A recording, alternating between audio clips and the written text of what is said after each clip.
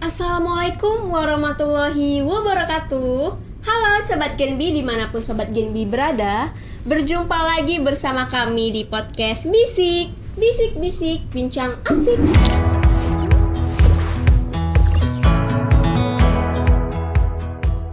Nah, episode podcast Bisik pada kali ini kita akan membahas topik yang paling ditunggu-tunggu Sobat Genbi loh.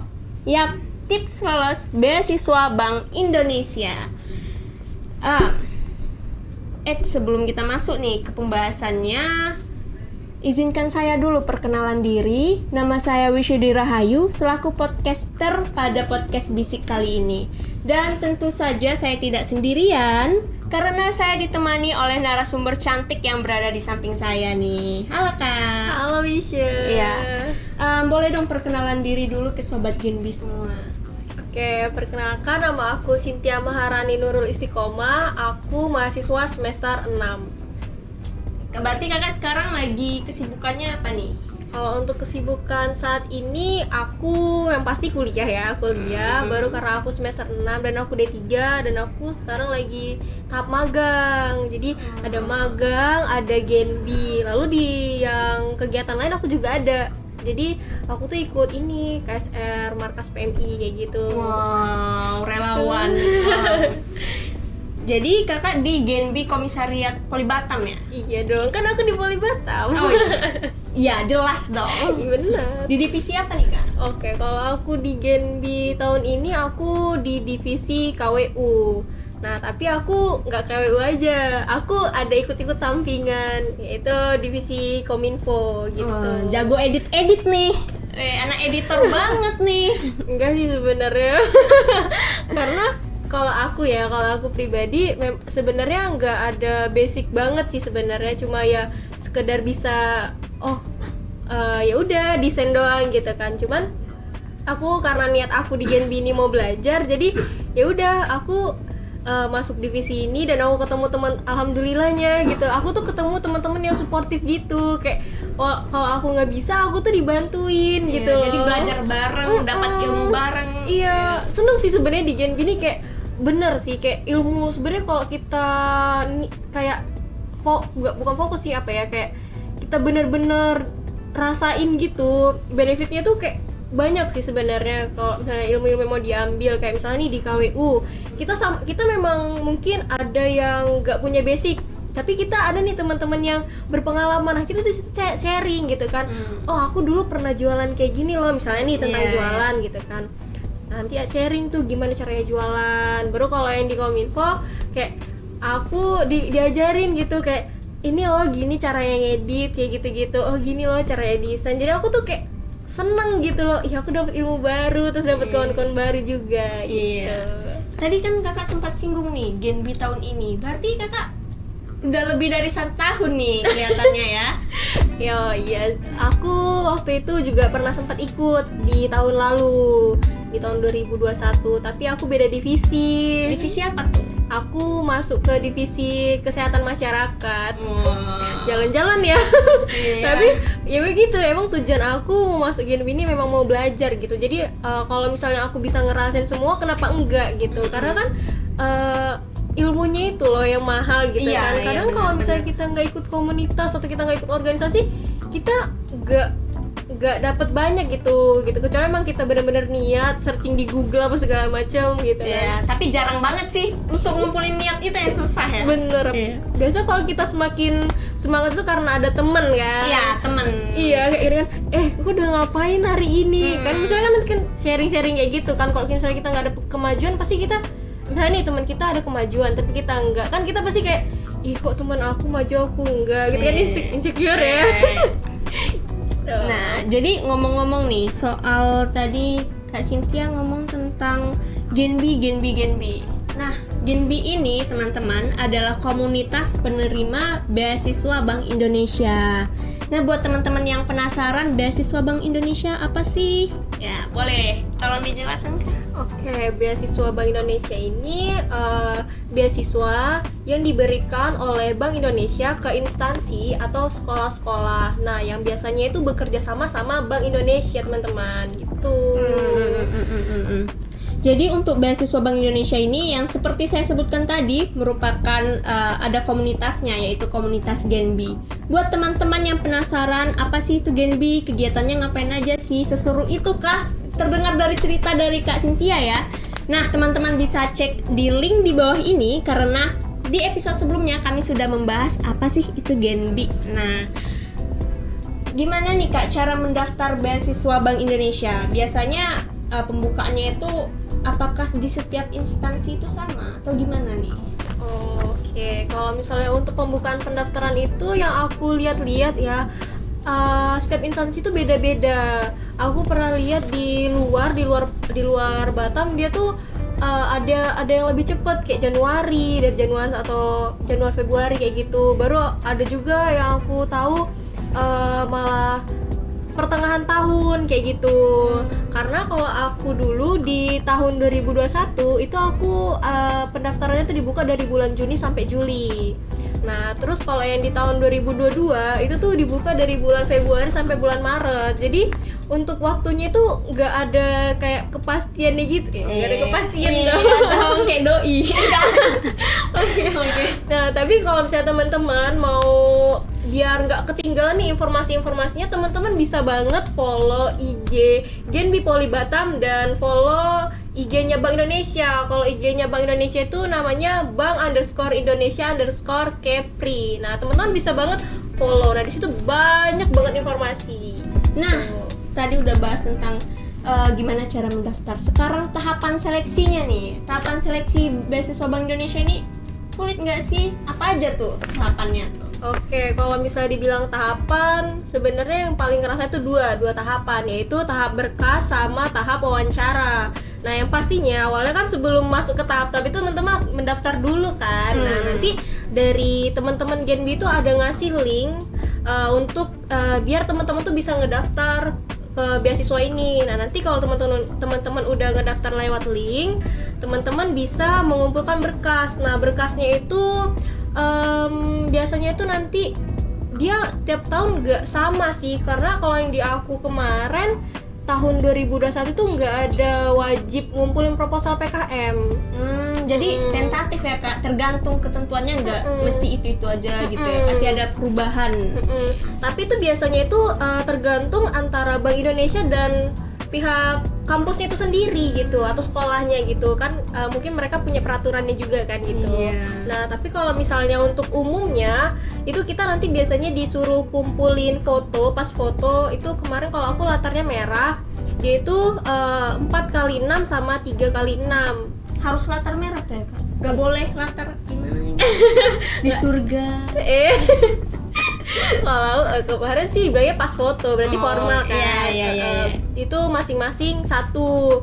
Nah, baru tuh ada juga ini fotokopi KTP sama KTM yang masih berlaku, yang masih aktif. Jangan pula yang nggak aktif kan. Terus ada juga ini transkrip nilai sama nilai-nilai kita di kampus atau sekolah gitu. Nah, kalau kemarin aku tuh agak ribet sih, karena kalau yang di tahun pertama mungkin kan masih tahap ya masih percobaan mungkin ya. Jadi aku tuh bener-bener ngurusin tuh secara manual. Jadi aku tuh harus ke TU, aku harus ke PI itu pusat informasi, dan aku tuh bolak-balik gitu. Dan itu nanti aku minta nih ke TU, udah keluar suratnya, habis itu nanti minta lagi tanda tangan ini, nanti itu bolak-balik kayak gitu kan. Tapi kalau alhamdulillahnya di tahun ini tuh pihak Poli Batam itu juga sudah mempermudah mahasiswanya. Jadi dulu tuh kan namanya SIM.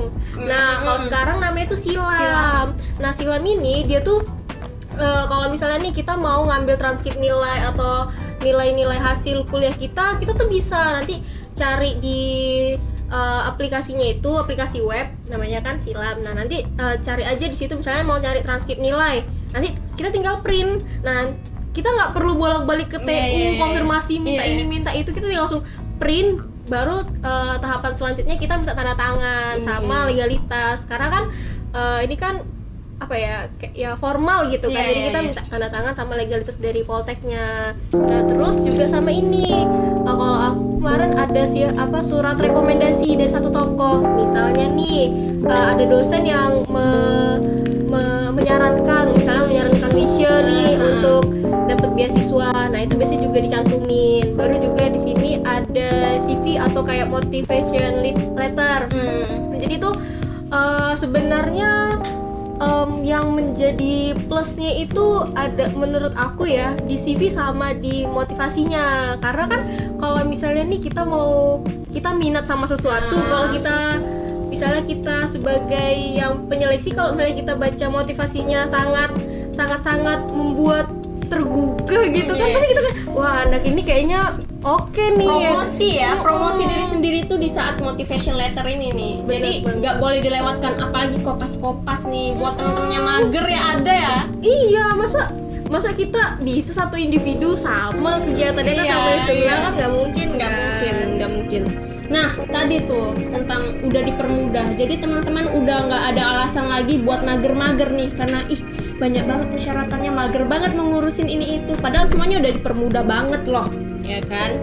Nah ngomong-ngomong soal tadi nilai, transkrip nilai, ada nggak sih Kak minimum nilai nih untuk sobat Genbi yang mau mendaftar? Oke, kalau misalnya untuk minimnya itu ini 3,00 gitu. ITK. Iya. Tapi kalau misalnya terus juga ini sama umur. Biasanya kalau penerima Bank Indonesia ini juga ada umurnya, tenggat umurnya. Jadi paling maksimal itu umur 23 tahun. Tapi lebih dari itu nggak bisa kayak gitu. Oh, ada tenggat umurnya. Jadi buat teman-teman yang 23 udah tinggal setahun lagi. Iya, jangan lewatkan kesempatannya. Nah, sebelum kita membahas soal tahapan selanjutnya nih, saya akan memperkenalkan dulu. Yang di depan saya ini adalah Kripi dari Welcome to Batam, Farti Yana. Nah, ini nih oleh-oleh khas Batam yang populer banget nih. Dari kelihatannya aja udah sangat tergugah. Nah, ini produk asli lokal loh guys. Jadi buat teman-teman yang penasaran dan kepo, bisa banget dikepoin, linknya di bawah ini. Oke. Nah, oke, saya taruh dulu biar nampak lebih cantik. Nah, lanjut nih, tahapan seleksi yang paling berkesan dan yang paling tidak berkesan nih bagi Cynthia tuh apa? Oke, kalau misalnya yang berkesan, jadi ceritanya tuh dulu ya, cerita nih. Boleh banget. Jadi waktu yang jadi aku tuh kan ngikutin 2 kali. Nah, setiap dia itu punya ceritanya sendiri gitu. Kalau yang pertama ini mungkin karena yang pertama kan, jadi aku tuh deg-degan gitu kan. Berkesannya itu gini, aku itu awalnya tuh kayak bener sih kayak yang Wisha bilang, kayak kalau gimana ya, banyak berkasnya tuh jadi kayak ngebuat kita kayak aduh kok banyak banget ya gitu kan. Soalnya yang pernah aku tahu yang ada kan beasiswa yang lain-lain tuh kayak nggak terlalu ribet banget gitu. Sebenarnya nggak ribet sih kalau kita niat ya. Jadi aku tuh mikir kayak aduh banyak banget yang harus aku kumpulin kayak gitu kan Kak. Yang bikin ribet dan malesnya itu aku tuh dulu tuh harus konfirmasi tadi. Aku tuh harus bilang ke wali dosenku, aku harus bilang ke TU, aku nanti harus nyari lagi tanda tangan. Itu tuh Ribet banget. Nunggu. Belum lagi kalau dari pihak kampusnya tuh ini kayak nggak bisa cepet gitu kan. Nah, jadi pengalaman aku tuh kemarin itu dikasih informasi itu kan yang tadi aku bilang, jadi tuh ada surat rekomendasi. Nah, aku tuh direkomendasiin di H-2.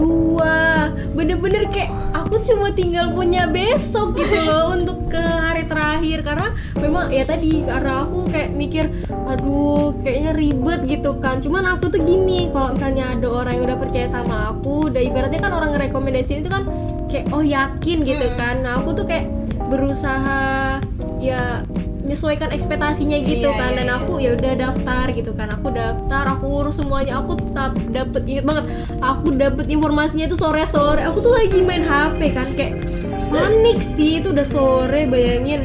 Waktu itu kan kalau Poltek itu kan tutup pelayanan itu kan di jam 5 dulu kan, sebelum corona. Nah, jadi tuh aku tuh kayak aduh gimana nih gitu kan. Ya udahlah, aku bela-belain, aku siap-siap datang ke Poltek buat ngurus-ngurus semuanya. Bela-belain banget. Iya, terus aku tuh kayak ya udahlah gitu kan, coba ikutin alurnya. Terus aku nanya sama kawanku juga. Untungnya kawan aku tuh juga Daftar. daftar. Jadi aku tuh punya kawan gitu loh. Kawan yang bener-bener kayak aku nggak tahu apa-apa. Ibaratnya kayak aku tuh shock. Aku ya kayak Apa gitu. yang harus aku siapin? Aku tuh sempat nanya kayak gini. Kan aku dimasukkan ke dalam grup gitu kan. Iya. Aku tuh nggak tahu kalau itu orang PI, so aku tuh tanya kayak gini, Bang maaf mau nanya kok saya dimasukin ya. Aku kayak gitu, bayangin coba. Jadi aku tuh kayak bingung, ternyata itu orang PI. Untung aku tuh kayak nggak, aku kira tuh kawanku, soalnya foto itu kayak ya anak muda. Remaja. Memang sih TI kita tuh muda-muda banget. Memang ganteng cantik. Itu lah, jadi aku tuh kayak aduh yaudahlah gitu kan. Aku kaget, aku langsung siapin berkas yang bisa aku siapin. Waktu itu sempet ini keliru antara transkrip sama apa gitu, mirip sih sebenarnya, cuma Ini lembar akademik itu ya. lupa kayaknya iya deh, soalnya dia tuh kayak mirip-mirip. Terus aku kasih gitu kan, terus kata oh ini ada yang dijadi satu sama yang dipisah-pisah. Nah aku tuh yang dijadiin yang dipisah-pisah gitu. Terus jadi aku ya udahlah coba langsung urus, dan alhamdulillah ya dari masih ada besok kan. Jadi besok itu aku langsung urusin semuanya yang harus diurus kayak gitu kan. Nah baru aku langsung kirim, baru ternyata Alhamdulillah. lolos berkas gitu. Terus udah lanjut lagi ke tahap seleksi. Terus kalau misalnya dibilang nggak berkesan, kalau misalnya nggak berkesan nggak ada, nggak ingat karena kan nggak berkesan kan. Ya Bener kan? juga sih. Kalau bener juga. Kalau berkesan kan pasti Ingat. Oh iya sih. Nah, tadi kan Kak Cynthia udah bahas tentang pengalamannya saat seleksi berkas nih. Yang belum kita bahas nih tentang seleksi wawancara. Aduh, gini kayaknya ini banyak nih pengalamannya di seleksi wawancara nih. Boleh dong Kak diterangkan kepada Sobat Genbi biar Sobat Genbi makin ada bayangan. Oke. Kalau dari aku pribadi sih, sebelum kita mau masuk ke suatu kumpulan atau apapun itu, kita harus belajar dulu gitu loh. Jadi ketika teman-teman masuk ke dalam ruang lingkup itu, teman-teman nggak gagok kayak ini apa kayak gitu. Iya, ngangong gitu, bener.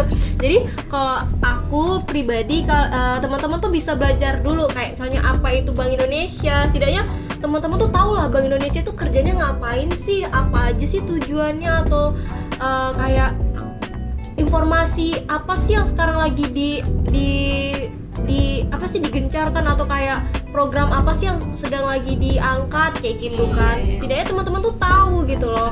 Baru juga ini sama itu kan wajib ya, menurut aku wajib sih. Jadi di wawancara tuh nggak cuma nanyain pribadi, pasti kan ada nanya ini kayak sedalam apa sih ilmu teman-teman perihal Bank Indonesia itu sendiri. Namanya juga beasiswa Bank Indonesia. Pastinya kita harus tahu dong.